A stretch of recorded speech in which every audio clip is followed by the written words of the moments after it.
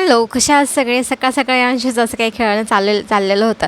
त्यानंतर मी काही bedsheet change केलेलं होत्या. म्हटलं चला ते बेडशीट मशीनमध्ये टाकूयात आणि ते धुवूनसुद्धा रेडी झालेलं होतं, म्हणून मी इकडे बाहेर येऊन टाकून झालेलं होतं. ते मी म्हटलं चला बाहेर जाऊन टाकून येतं, कारण की ऊनसुद्धा मस्त पडलेलं होतं.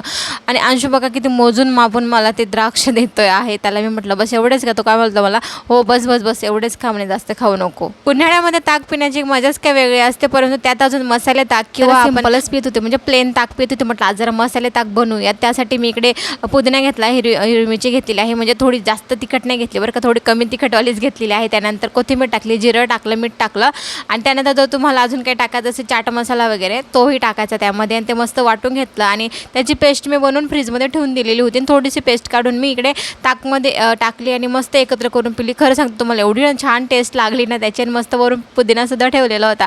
चवीला ते अप्रतिम लागलं होतं खरंच. मी फर्स्ट टाईम ट्राय केलं. त्यानंतर उरलेली काही काम होती ती केली. तर असं होतं माझा जसं की बाय.